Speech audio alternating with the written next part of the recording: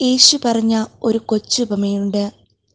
മക്കൾ 2 പേരോട് വയലിൽ വേലയ്ക്ക് പോകാമോ എന്ന് അപ്പൻ ചോദിക്കുന്നു. ഒരുവൻ ഞാൻ പോകാമെന്ന് പറഞ്ഞെങ്കിലും പോകുന്നില്ല. മറ്റൊരുവൻ എനിക്ക് മനസ്സില്ല എന്ന് പറഞ്ഞ് പോകാതിരുന്നെങ്കിലും പിന്നീട് പശ്ചാത്തപിച്ച് പോകുന്നു. ഇവരിൽ രണ്ടാമനാണ് പിതാവിൻ്റെ മനസ്സിനിണങ്ങിയവൻ എന്നു പറഞ്ഞാണ് കഥ അവസാനിക്കുന്നത്. അവന് വീണ്ടുവിചാരമുണ്ടാകുന്നു. വീണ്ടുവിചാരത്തിൻ്റെ ആവശ്യം പോലുമില്ലാത്ത ആത്മീയ അവസ്ഥയാണ് വിശുദ്ധി. എപ്പോഴും ദൈവഹിതപ്രകാരം ജീവിച്ചതിൻ്റെ ഫലമായി ആദ്യ വിചാരം തന്നെ നന്മ നിറഞ്ഞതാകുന്നു.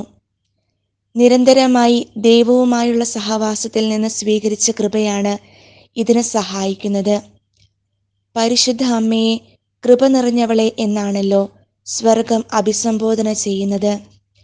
നമുക്കും നിരന്തരം യേശുവിനോടൊപ്പമായിരുന്ന് ആത്മീയ ഫലങ്ങൾ പുറപ്പെടുവിക്കുന്നവരാകാം.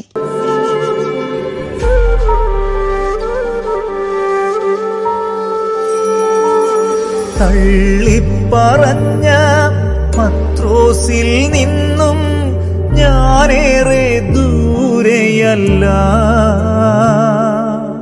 ഒറ്റിക്കൊടുത്തൊരായുദാസിൽ നിന്നും ഞാനേറെ അകലെയല്ല.